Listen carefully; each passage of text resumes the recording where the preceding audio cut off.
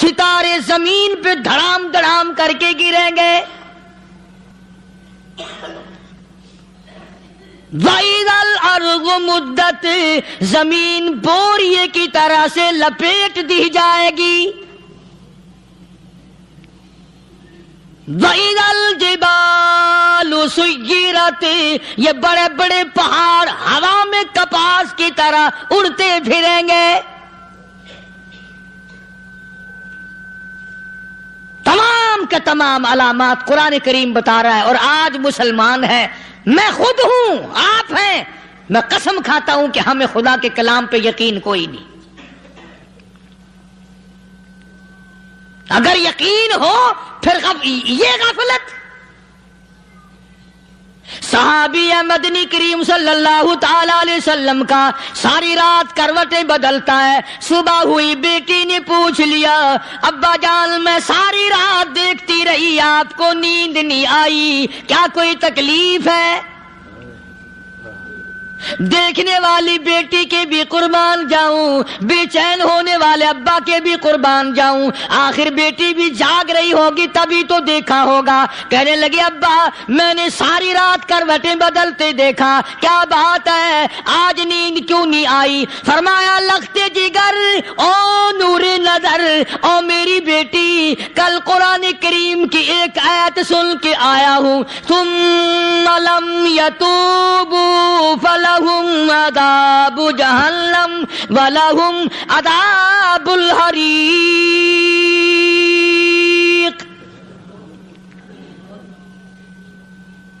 او میری بیٹی جس نے قرآن کریم کے ذریعے جہنم کی خبر سن لی ہو، جہنم کے انگاروں کی خبر سنی ہو، جس نے جہنم کی تباہ کاریاں سن لی ہو، او میری بیٹی نیند کیسے آئے؟ کیسے نیند آئے؟ امام شافعی رحمت اللہ علیہ اتنے بڑے جلیل القدر ولی کامل ہیں، وقت کے امام ہیں، پرہیزگار متقی ہیں. اپنی بیٹی کو فرمانے لگے لختے جگر تیری آنکھیں بگڑتی چلی جا رہی ہیں، میں دیکھتا ہوں تو ساری رات نیند نہیں کرتی، ساری رات سوتی نہیں، مصلی پہ کھڑی ہو کر قرآن پڑھتی رہتی ہے، تو کچھ نیند کر لیا کر، آنکھوں سے محتاج ہو جائے گی. عرض کرنے لگے ابا جان نیند آتی ہے، بستر پہ لیٹ جاتی ہوں، آنکھ لگنے کو ہوتی ہے، فوراً میرے دل میں خیال آتا ہے شافی کی بیٹی تو نے تو بستر سنبھال لیا، صبح تیری نہ معلوم زمین کے اوپر ہوگی یا لاکھوں من مٹی کے نیچے ہوگی. پھر میری نیند اکھڑ جاتی ہے، پھر کھڑی ہو کر خدا کا قرآن پڑھتی ہوں. وہ ساری رات قرآن پڑھا کرتے تھے، اور بدقسمت قوم تمہیں صبح اٹھ کر قرآن کا سپارہ پڑھنے کی توفیق نہیں ہے. مسلمان پر قرآن کا دیدار نصیب نہیں، قرآن کی زیارت نصیب نہیں. گدھے کی طرح کھاتے سو گئے اور گدھے کی طرح صبح اٹھ کر کھانا پینا شروع کر دیا. تو رب کے کلام کا اتنا باغی کہ تو دیکھنا پسند نہیں کرتا.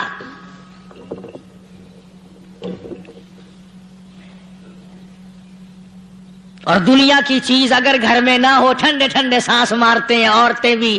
ہاں جی اپنی زمین کوئی نہیں نا، اپنی ہاں جی مکان اچھا اپنے پاس کوئی نہیں، فلاں چیز اپنے پاس کوئی نہیں. کبھی کسی نے ٹھنڈا سانس مارا کہ ہم 10 آدمی ہیں گھر کے، ایک آدمی بھی قرآن پڑھنے والا نہیں، ہم سارے کے سارے پتہ نہیں کیسے اکٹھے ہو رہے ہیں. اگر دل میں عظمت ہو، ڈاکٹر ہو، افسر ہو، وزیر ہو، آخر ہے تو انسان، ہے مسلمان، ہے مدنی کریم صلی اللہ علیہ وسلم کا امتی، پھر قرآن سے اتنا دور کیوں ہے؟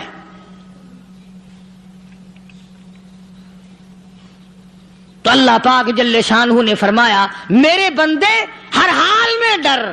ہاں تیری ساری چلاکیوں کو میں جانتا ہوں، تیری ساری ہوشیاریوں کو میں اچھی طرح جانتا ہوں. فرمایا وہ دن دور نہیں، آیا وقت قیامت کا، آیا، کوئی کسی کے کام نہیں آئے گا. فرمایا ان وعد اللہ حق فلا تغرنکم الحیات الدنیا. دنیا نے پھنسا لیا، چہل پہل میں پھنس گئے، اس کے رنگ روغن میں لگ گئے، اس کی زیب و زینت میں لگ گئے، رات اسی کی سوچ ہے، دن میں اسی کا فکر ہے، اور مرنے کا کسی کو بھی فکر نہیں۔ قرآن کریم کے آخری سورت کا آخری لقمان کے آخری آیتوں میں عجیب مضمون رکھا ہے۔ فرمایا ان اللہ عندہ علم الساعۃ وینزل الغیث، قیامت کا ٹھیک وقت اللہ کے سوا کوئی نہیں جانتا۔ کسے معلوم ہے ابھی اگلے منٹ میں کیا ہو جائے گا، سیکنڈ میں کیا ہو جائے گا؟ اچھا ایک بات میرے ذہن میں آئی، یہ بڑے بڑے لوگ آپ کو ملیں گے دیہاتوں میں بھی، بازاروں میں بھی، شہروں میں بھی، فلانا بزرگ غیب کی باتیں بتایا کرتا تھا، فلانا ولی یوں بتایا کرتا تھا۔ کبھی یہ بھی تو پوچھنا کہ اس ولی نے کبھی یہ بھی بتایا کہ میں مروں گا کب، کس دن مروں گا؟ جب اپنی موت کا پتہ نہیں تو اور کسی چیز کا کیا پتہ ہے؟ صرف اٹکل پچو تیر لگانے والی بات ہے۔ ابھی چند مہینے ہوئے یہاں میرے پاس چند نوجوان آئے ملتان شہر سے اور کہنے لگے کہ 25,000 کی چوری ہو گئی ہے، بتا کدھر کون لے گیا، کدھر لے گیا؟ میرے پاس آئے یہاں، میں نے کہا بتا دوں گا پر آدھے لوں گا۔ کہنے لگا نہیں دیکھنا جی اتنا تو نہ کرو۔ اور میں نے کہا وہ سارے ہی چلے گئے یار، یقین کرو میں یہاں چارپائی میں بیٹھا ہوں دروازے کے باہر، عصر کے بعد پوری پارٹی آئی اسی شہر کی کہ 25,000 روپیہ گم ہو گیا ہے، بتا کدھر گیا ہے؟ سب لوگ کہتے ہیں قاری حنیف بتاتا ہے۔ سنو، قاری حنیف بتاتا ہے، ٹیلا کرا دوں گا میں۔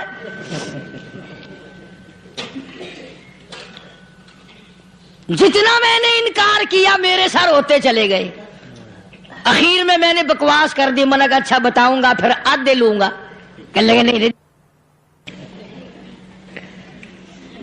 تماشا دیکھا، یعنی اندازہ لگاؤ کہ ہم شہر سے سن کر آئے ہیں کہ قاری حنیف چوریاں بتاتا ہے۔ اللہ غنی، کس کو معلوم ہے کہ ابھی کیا ہو جائے گا؟ اللہ پاک نے کسی کو نہیں بتایا۔ فرمایا ان اللہ عندہ علم الساعۃ وینزل الغیث،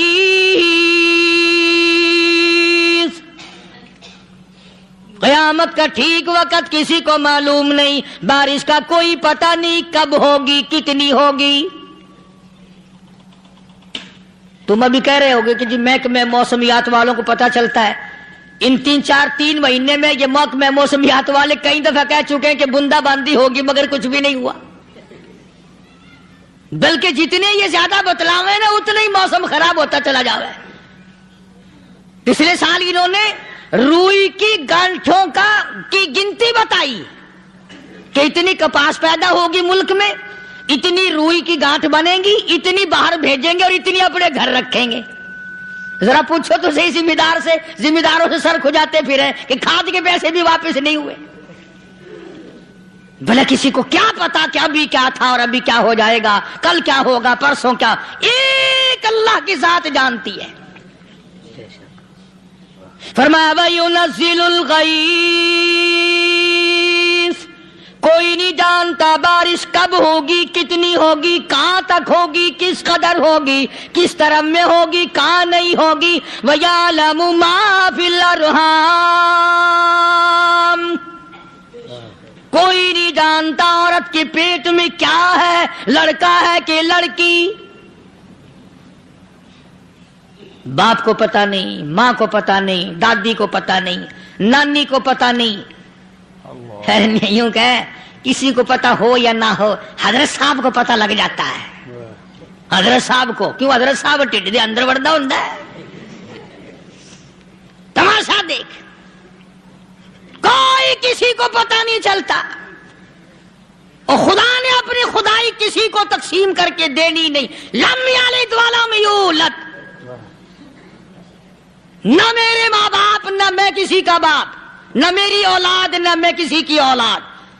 اللہ الصمد، بے نیاز، بے مثال ہوں، ہمیشہ سے ہوں اور ہمیشہ رہوں گا۔ سام میرے میرے محتاج ہو، میرے دروازے کے گداگر ہو، میرے دروازے کے فقیر ہو، میرے دروازے کے دستے نگر ہو، آؤ مانگو کھاؤ، موت آئے مر جاؤ، اگر اکڑو گے فرمایا پھر میں نے بڑی بڑی سزائیں دی ہیں لوگوں کو۔ ہاں ہاں، میں تو توبہ بھی منہ سے نہیں نکلنے دیتا، کلمہ تو کلمہ ہائے نہیں کرنے دیتا میں، جب میں موت کا پیغام دوں یکدم دل کی حرکت بند ہو جاتی ہے، ہائے بھی نہیں، اوئی بھی نہیں، اوف بھی نہیں، کچھ بھی نہیں۔ فرمایا وَيَعْلَمُ مَا فِي الْأَرْحَامِ، کسی کو پتہ نہیں عورت کے پیٹ میں کیا چیز ہے۔ دیکھو نا، جس نے 9 مہینے بچہ پیٹ میں رکھا، جب بچہ پیدا ہوتا ہے نا خود ماں بھی کان لگاتی ہے، بتائیں گی لڑکا ہے کہ لڑکی ہے، بےتابی سے انتظار کرتی ہے، بڑی بے قراری سے انتظار کرتی ہے عورت کہ یہ دائی بول لے، کوئی اور پاس والی بول لے، کوئی اور چھوٹی بڑی گھر کی عورت بول کے بتائے کہ لڑکا ہے کہ لڑکی ہے۔ اور جس نے 9 مہینے پیٹ میں رکھا، جب اس کو پتا نہیں تو پرلی طرف بیٹھے ہوئے حضرت صاحب کو پتا کیسے چل گیا۔ وَيَعْلَمُ مَا فِي الْأَرْحَامِ،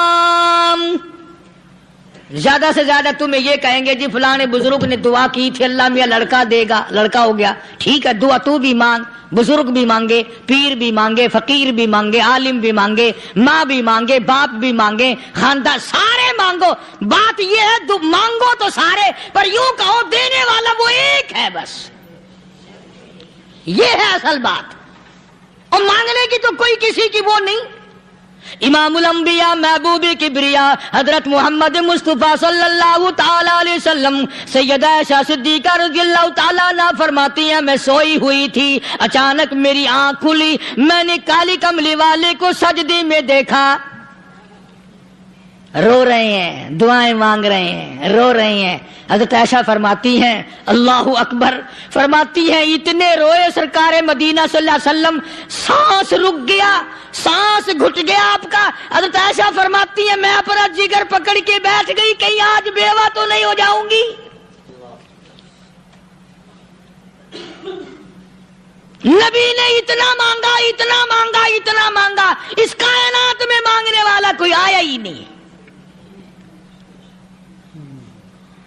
ہر آن مانگا، ہر لمحہ مانگا، ہر گھڑی مانگا، اور اتنا مانگا۔ میری بات لکھ کے لے جاؤ انشاءاللہ، کچی پکی بات نہیں۔ سیدہ عائشہ صدیقہ رضی اللہ تعالیٰ عنہ گواہ ہے، سیدہ فاطمہ الزہرا رضی اللہ تعالیٰ عنہ گواہ ہے، نبی کی گھر والی گواہ، نبی کی لخت جگر نوری نظر فاطمہ الزہرا گواہ، فرماتی ہیں حضور کریم صلی اللہ علیہ وسلم کا جب آخری وقت آیا، آواز بالکل ختم ہو گئی، آواز بالکل پست ہو گئی، پھر بھی لب حرکت کرتے تھے، لب حرکت کرتے تھے، دونوں کی دونوں فرماتی ہیں ہم نے کان لگایا، آواز تھی ربی حبلی امتی، ربی حبلی امتی، اور میرے مولا میری امت کو معاف کر دے۔ اور خدا کی قسم کالی کملی والے نے آخری سانس تک مانگا ہی مانگا۔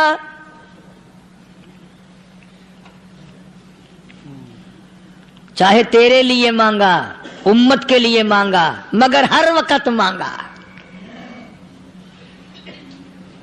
اور یوں فرمایا کہ میدان حشر میں جب لوگ چاروں طرف سے پریشان ہو کر، عاجز ہو کر، تنگ ہو کر، دھکے کھا کر، ذلیل ہو کر، انبیاء علیہ الصلوۃ والسلام کے مشورے سے جب حضور کریم صلی اللہ علیہ وسلم کے دربار میں آئیں گے، مشکاۃ شریف میں حدیث موجود ہے، ارشاد حضور کریم صلی اللہ علیہ وسلم کا، فرمایا لوگ مجھے سفارش کے لیے کہیں گے اللہ اکبر، اللہ اکبر کبیرہ، تو یوں فرمایا یہ نہیں فرمایا کہ میں اللہ میاں کو ٹیلی فون کروں گا کہ دیکھنا ذرا خیال کرو امت آ رہی ہے میری، یا امت کو یہ کہے کہ رکا لے جاؤ، بلکہ یوں فرمایا جیسے امت آ کر کے مجھے پریشان کرے گی میں سجدہ کروں گا، میں سجدہ کروں گا، اس وقت بھی سر میرا در تیرا، جھولی میری عطا تیری۔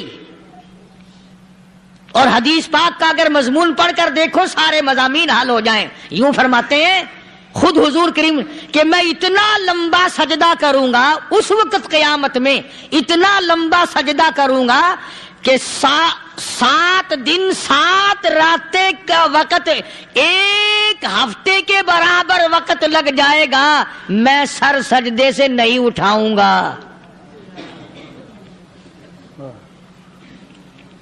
اتنا لمبا سجدہ کروں گا کہ 1 ہفتے کی مقدار وقت لگ جائے گا۔ یہ مقدار کیوں فرمایا؟ قیامت کا دن ہے نا، دن ڈھلنا نہیں، چھپنا نہیں، رات آنی ہی نہیں، رات تو ہے ہی نہیں نا، اس لیے فرمایا 1 ہفتے کی مقدار دن لگ جائے گا، وقت ختم ہو جائے گا پورا ہفتے کے برابر۔ اس کے بعد اللہ پاک مجھے فرمائیں گے ارفع راسک یا محمد صلی اللہ علیہ وسلم، میرے محبوب سر اٹھاؤ، سل مانگو توتا دوں گا، مانگو دیا جائے گا، سوف یعطیک ربک فترضی، تیرا رب تجھے راضی کر دے گا۔ صحابہ کرام رضوان اللہ تعالی علیہ مجمعین نے عرض کر دیا یا رسول اللہ صلی اللہ علیہ وسلم آپ کس وقت راضی ہوں گے؟ کتنے لوگ جنت میں چلے جائیں گے، دوزخ میں چلے جائیں گے، آپ کس وقت راضی ہوں گے؟ خدا کی قسم اس محسن کائنات کا کیا کہنا کالی کملی والے نے جو ہم پر مہربانی فرمائی، یوں فرمایا جب تک ایک ایک امتی کلمہ پڑھنے والے کا ہاتھ پکڑ کر جنت میں نہ لے جاؤں میں محمد الرسول اللہ کو چین نہیں آئے گی، ایک ایک کو لے جاؤں گا اور چین نہیں آئے گا مجھے اس وقت بھی۔ تو عرض یہ کر رہا تھا کہ قرآن کریم نے اور تمام چیزوں میں عقیدے کا سدھار کہ عقیدہ بناؤ، یہ جو عقیدہ ہے نا اس کی حیثیت ایسی ہے جیسے پہلی اینٹ عمارت کی، اگر اینٹ ٹیڑھی ہو گئی تو ساری عمارت ٹیڑھی ہو جائے گی، اگر عقیدہ صحیح نہیں تو سارے اعمال ٹیڑھے ہو جائیں گے، اور اگر عقیدہ صحیح ہے تو اعمال بھی اور تمام افعال بھی اخلاق بھی تمام کی بنیاد جو ہے وہ صحیح رہے گی اور اچھی توفیق ہوگی۔